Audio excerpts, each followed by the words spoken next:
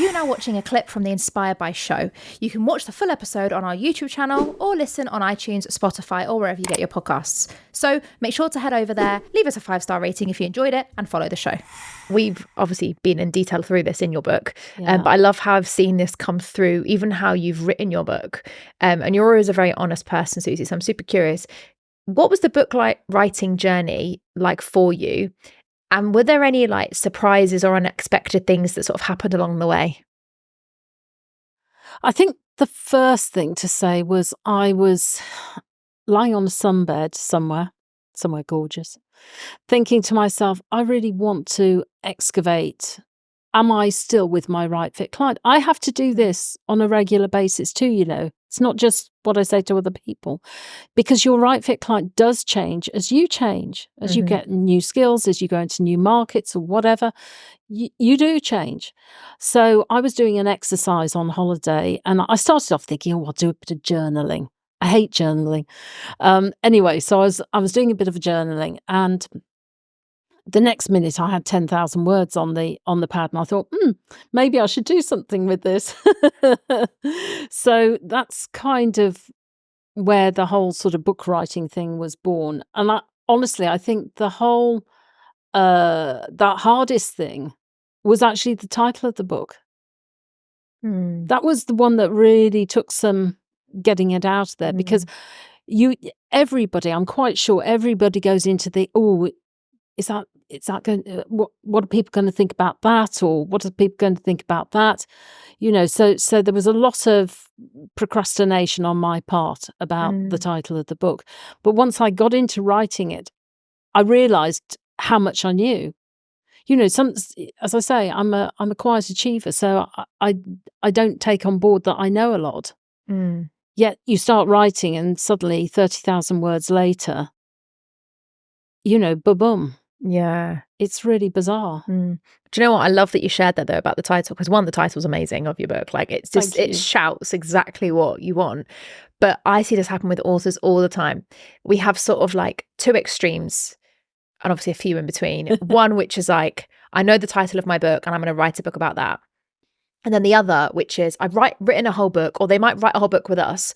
And by the way, I don't normally force people to name their book at any point during the writing journey, because normally it comes up. They're writing a chapter, they feel like they've said a few things enough times, and then they go, that's the title.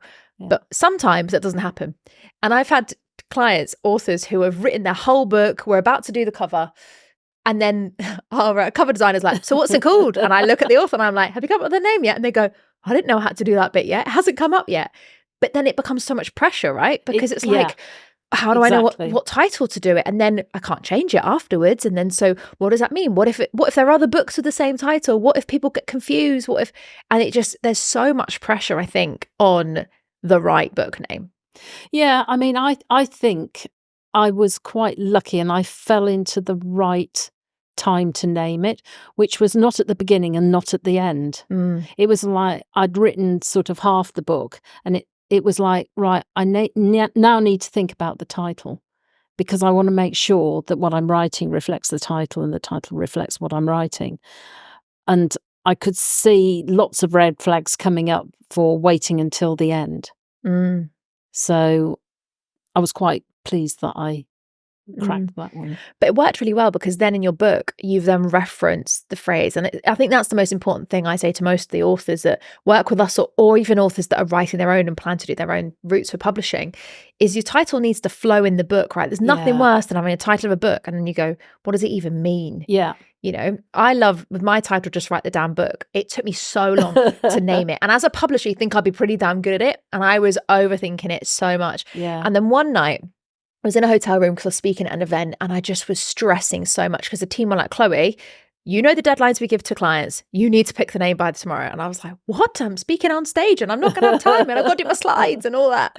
And I just remember lying in bed and I looked up at whatever the ceiling was at this hotel room, and I was like, what do I say all the time? And all I kept getting was, just write the damn book. And I was like, that's it. That's exactly the point though, isn't it? That's exactly your intuition working and thinking, I knew this all along. Yeah, exactly. But then obviously the process isn't over then. A lot of people think, oh, thank God I've written the book and it's done. now what? How did you find the process of letting go of the book and actually trusting that it was ready to get published? I think because I'm a deep thinker, I don't think it would have actually made it there unless I hadn't been over it in my head 10,000 times. So I was cool. Once it was done, it was done. Yeah. You're quite good with accountability though. Like you're very like I'm glad you're saying that now. Yeah. If you'd asked me a few months before the book came out, but you're very good at like, you've given me a deadline, I'll do it. There was no BS coming out like, oh, I've been too busy, and I get a lot, as you can imagine, as a publisher when we've got dates and deliverables. So did you find it helpful having someone like almost knowing that you had your publisher and your team waiting for the book? Did you find that helpful to like push you? Oh, I think it's always good because, it's not easy to climb a mountain, is it? If you're going up in one, it's bad enough coming up the stairs here. You want to be going step by step because then you feel that you're making progress. And there's a point at which, the tipping point is, okay, I'm around half the book. So how does that feel?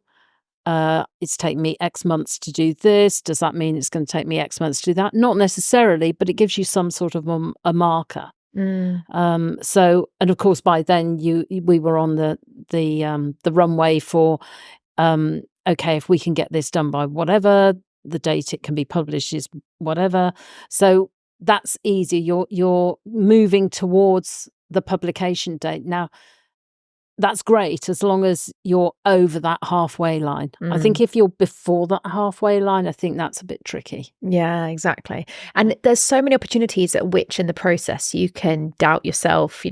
I see so many, you mentioned about a halfway point. I see so many authors get to halfway point and then either change the style they're writing because they're now thinking, I need to impress my peer group, or they need to rewrite something because it's not good enough and they're doubting themselves. And it's a bit like you talked about the right fit client. We often have to remind ourselves who we're writing a book for, that we're not writing it for our peers. We're not writing it for the other experts. We're writing it for the people that need it, that don't know what we know, Yeah. And then that can also get in the way of releasing it. Did you ever have any sort of limiting beliefs pop up or like imposter syndrome kind of style voices making you think, do you know what, who do you think you are writing this book? You know what? Something recently came up about that, and I, right out of my mouth came, "I know that I know enough," and I think that was it. I think when you know enough to create a book. Yeah. What sort of stopped you from listening to that? Like, because when you said, "I know that I know enough," there was a lot of strength and assertiveness in how you said that. So where do you think that strength came from? I think it's back to golden nuggets. I think if you pack away these things behind you, that in your journey along the way. So if you've got X number of chapters down, if you've got sort of inspiration for the next 5 chapters or whatever, these are little golden nuggets. So you can pick them up and pop them in when you need them. But if you've got nothing, it's like a squirrel nutkin, isn't it? If you've got nothing, no nuts in your bag, there's nothing that you can feed. So I think that's the thing, just making sure that you pick up relevant pieces of information along the way. And I'm always scribbling notes and things when I'm thinking about, slide decks or what I'm going to teach to my club people or what I'm going to teach on a new program. I'm always looking at the opportunity for why would somebody need to know that? As you often reminded me. Why would somebody need to know that, Suzi? Yes, that's a good point. That's probably the question I say to every author, because so many times as authors we can come up with there's the title so of your many new things. book. Yeah, exactly. Why would I need to know? Yeah, it's so true, because we often write and we just let it go, and that's good. Yeah. But then we often have to come back to so what? I'm not going to say the name, but I was reading a book recently. I like to read books that are not my client books because I like to still learn about it, about anything really. I'm a bit of a book person. And I was saying to my partner yesterday, I was reading this book and I always do the audio and I get a physical copy so that I can scribble on it or whatever. And I just said to Cedric, I was like, this book is so badly written. they obviously, I teach the content quadrant, the four things every chapter needs. They only had 2 of them in every chapter. Oh, goodness. And the whole time I almost got my red pen out and I was like, so what can we do with this information? Why do we need to know this? It was like just waffle. And I was gratefully that we didn't publish it. That was a really good reminder. And, you know, it was a discipline. Once you'd anchored it with me, it was a discipline I stuck with. I think I told you, I sort of copied and pasted that at the front of every chapter so that when I was sort of going through that chapter before I submitted it to you, I made sure I could answer those questions. Yeah, exactly. And you know what? It's quite funny because we were working on your book, the first drafts, as I was writing, just write the damn book. So it was really interesting. I was maybe one-to-one mentoring 5 authors at the same time, all in a very similar timeline. Yeah. And it was really insightful because I could see various things that you all said were useful and you all said would be helpful. And so that's what went in Just Write the Damn Book, because that's where the content quadrant came from, was from mentoring you guys. Okay.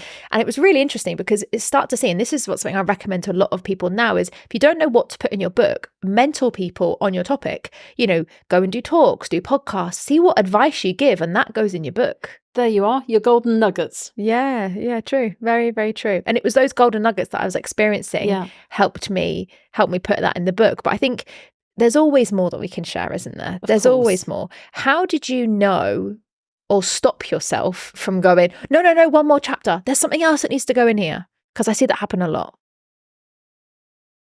How did I do? I don't know that I did do that.